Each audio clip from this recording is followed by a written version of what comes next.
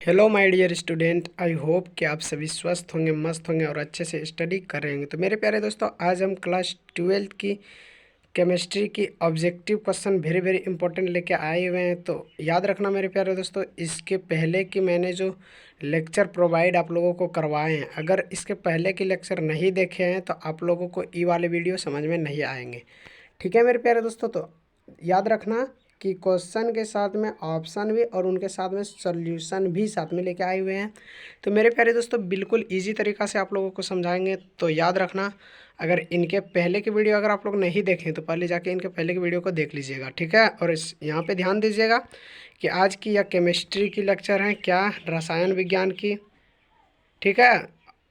रसायन विज्ञान की हिंदी मीडियम के सभी बच्चों के लिए हैं, क्लास 12th के लिए हैं और चैप्टर सॉल्यूशन है, ठीक है मेरे प्यारे दोस्तों। तो अब मैंने बिना लेट के अब वीडियो को शुरू करते हैं। और याद रखिएगा मेरे प्यारे दोस्तों, ये वस्तुनिष्ठ प्रश्न है। कैसे प्रश्न है? वस्तुनिष्ठ प्रश्न। तो बिना लेट के अब मैंने वीडियो को शुरू करते हैं। तो यहाँ देखिएगा मेरे प्यारे दोस्तों, वस्तुनिष्ठ प्रश्न में सबसे पहला प्रश्न दिया हुआ है, क्या बोलेंगे? 8 ग्राम, क्या बोलेंगे? 8 ग्राम। थोड़ी सी बड़ा कर लेते हैं ताकि आप लोगों को समझ में आए। तो बोलेंगे पहला क्वेश्चन में, 8 ग्राम NaOH को 450 मिलीलीटर बिलियन में घोला जाता है, तो बिलियन की मोलरता क्या होगी? देखो बोलेंगे 8 ग्राम NaOH, यानी कि 8 ग्राम NaOH को 450 मिलीलीटर बिलियन में घोला जाता है, तो बिलियन की मोलरता क्या होगा? तो बिलियन की मोलरता, तो मेरे प्यारे दोस्तों, मैंने बिलियन की मोलरता मैंने पढ़ाए थे।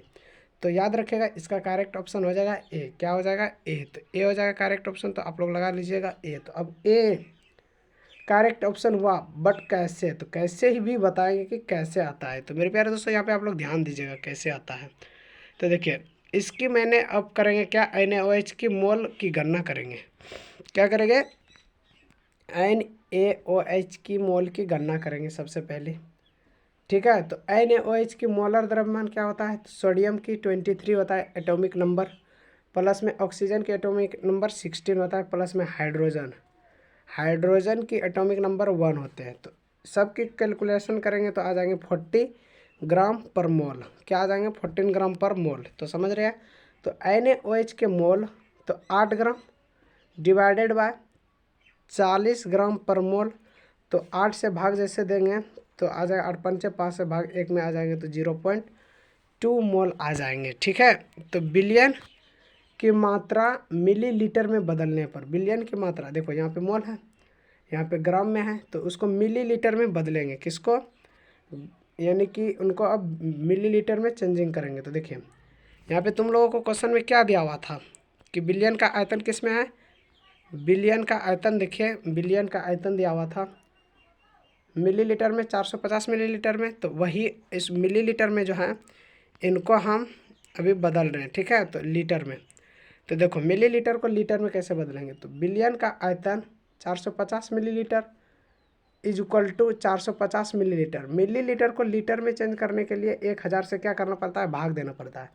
तो 450 में 1000 से जब डिवाइडेड करेंगे तो 0.25 लीटर आ जाएंगे। तो बिलियन की मोलरता की गणना करते हैं। तो बिलियन की मोलरता क्या होता है? मोलरिटी बराबर होता है, सूत्र क्या होता है? मोलरिटी बराबर सूत्र आप लोग को याद होगा मेरे प्यारे दोस्तों, अगर मेरे इसके पहले के लेक्चर को आप लोग देखे होंगे तो, ठीक है। तो मैंने ये ऑब्जेक्टिव क्वेश्चन वेरी इंपॉर्टेंट के साथ में लेके आई हुए हैं मेरे प्यारे दोस्तों। तो आप लोग देखिएगा, यहाँ मोलरिटी पहले लेके आते। क्या? मोलरिटी इक्वल टू सूत्र होता है 0.2 मोल डिवाइडेड बाई 0.5 लीटर। मैंने सूत्र नहीं बता के डायरेक्ट यहाँ पे लिख दिया है क्वेश्चन, यानी कि डायरेक्ट मैंने मान को बैठा दिया है, ठीक है। यानी कि मोलरिटी बराबर सूत्र होता है विलय की मोल बटा विलयन की आयतन, यही होता है सूत्र। मोलरिटी बराबर सूत्र क्या होता है? विलय की मोल बटा विलयन की आयतन। तो मोल का मान हम लिख दिए 0.2 मोल डिवाइडेड बाय, और विलयन के आयतन था 0.45 लीटर होता है। तो इससे जब इसमें डिवाइडेड करेंगे तो मेरे को मिलता है क्या परिणाम मिलता है 0.444 मोल पर लीटर, ठीक है। आई होप कि आप लोग सबसे पहला ऑब्जेक्टिव क्वेश्चन को समझ गए होंगे, ठीक है। तो आप लोग स्क्रीनशॉट लेते रहिएगा, क्वेश्चन और आंसर के क्वेश्चन का ले लिए। उसके बाद देखिए स्पष्टीकरण हल भी क्या हुआ है, तो कर दिया हल। अब आते हैं दूसरा क्वेश्चन पे। दूसरा क्वेश्चन क्या दिया हुआ है? हिमांक में अवनमन सीधा समानुपाती होता है, किसका? हिमांक में अवनमन सीधा समानुपाती होता है किसका? डेफिनेशन तो बता दिए थे, हिमांक में सीधा समानुपाती होता है किसके, सीधा किसके साथ में समानुपाती, मोललता के। करेक्ट ऑप्शन सी हो जाएंगे। ठीक है, तो अब आते हैं, यानी कि इसके अनुसार आप पता कर सकते हैं हिमांक में अवनमन डेल्टा टी एफ सूत्र, डेल्टा टी एफ का सूत्र निरूपण किया जाता है। तो delta T F equal to K F into M से कर सकते हैं। ठीक है, तो आई होप कि आप लोग समझ रहे होंगे। तो अब देखो दूसरा क्वेश्चन पे आते हैं मेरे प्यारे दोस्तों। दूसरा क्वेश्चन, तीसरा क्वेश्चन क्या दिया हुआ है। तीसरा क्वेश्चन आप लोग यहाँ ध्यान दीजिएगा। बोलेंगे राउल्ट का नियम से संबंधित क्या है। राउल्ट के नियम से संबंधित कौन आ सकता है, क्वथनांक आ सकता है, हिमांक आ सकता है, वाष्प दाब आ सकता है, प्रसरण दाब। तो याद रखिएगा हिमांक में अवनमन से आ जाता है वाष्प दाब। क्या आते हैं, वाष्प दाब।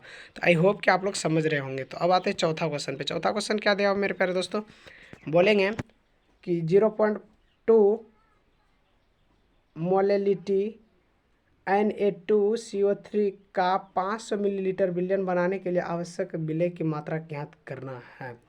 तो इसका आवश्यक प्राप्त मात्रा क्या हो जाएंगे, मेरा करेक्ट ऑप्शन डी आ जाएंगे। ठीक है, करेक्ट ऑप्शन डी। अब कैसे ये अब आप लोगों को बता देते हैं। तो कैसे, यहाँ ध्यान दीजिएगा। बोलेंगे मेरे प्यारे दोस्तों कि किसी विशिष्ट मोलर विलयन बनाने के लिए आवश्यक विलय की मात्रा की गणना करने पर, तो सूत्र क्या देखेंगे, विलय के मोल इज इक्वल टू मोलरता इंटू विलय का आयतन। किस में होना चाहिए, विलय का आयतन लीटर में होनी चाहिए। तो मोलेरिटी क्या किस में दिया हुआ है, 0.2 मोलेरिटी में। तो विलयन का आयतन था 500 मिलीलीटर, 0.5 लीटर में मैंने कन्वर्ट कर दी क्योंकि 1000 से डिवाइडेड करना पड़ता है। किस में, इसमें जब करेंगे तो 0.5 लीटर प्राप्त हो जाएंगे।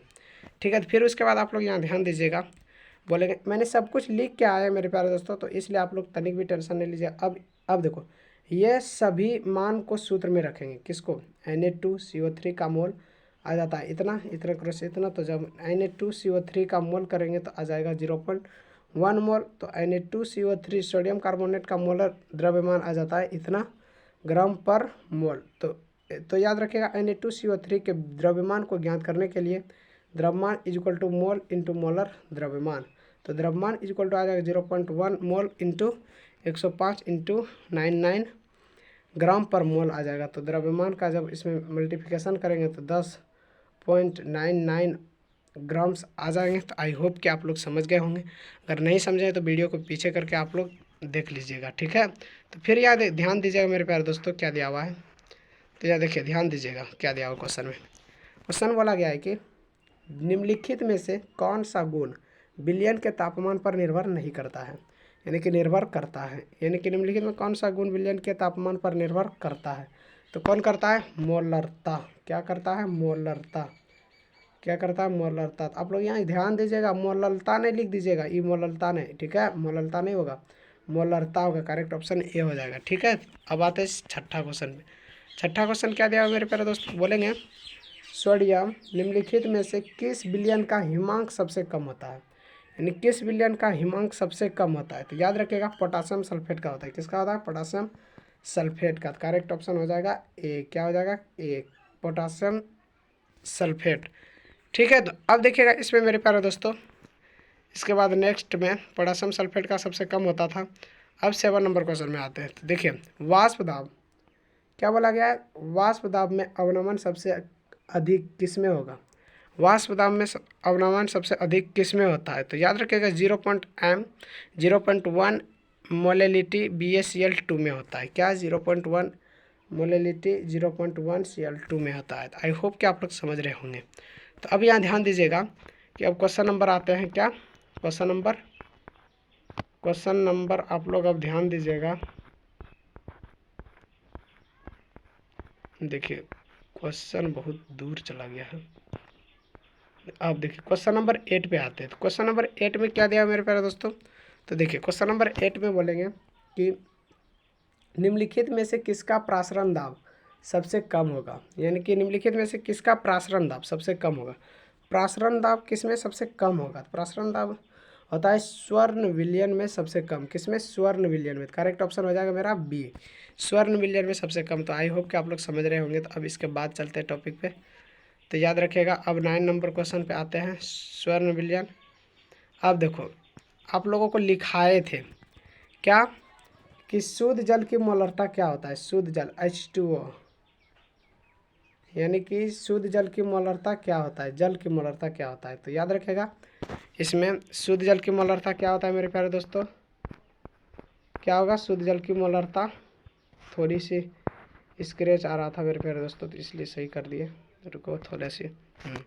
शुद्ध जल की मोलरता क्या होगा मेरे प्यारे दोस्तों, तो आप लोगों को लिखाए थे शुद्ध जल की मोलरता मेरे प्यारे दोस्तों 55.56 मोल पर लीटर होता है। क्या, मोल पर लीटर, यानी 50, रुको देखिए 55.56 मोल पर लीटर होता है। क्या, मोल पर लीटर होता है।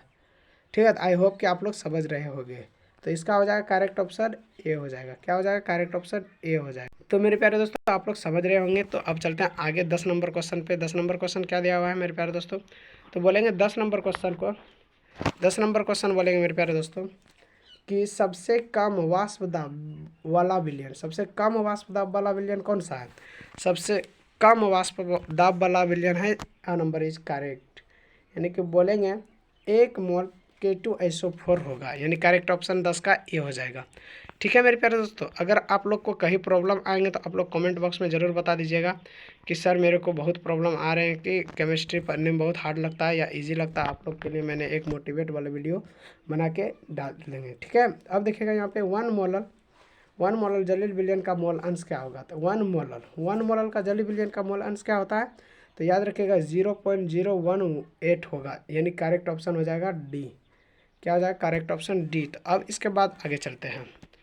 तो याद रखिएगा मेरे प्यारे दोस्तों 10 नंबर क्वेश्चन तक बता दिए। तो अब आई होप कि आप लोग वीडियो को पसंद आए होंगे।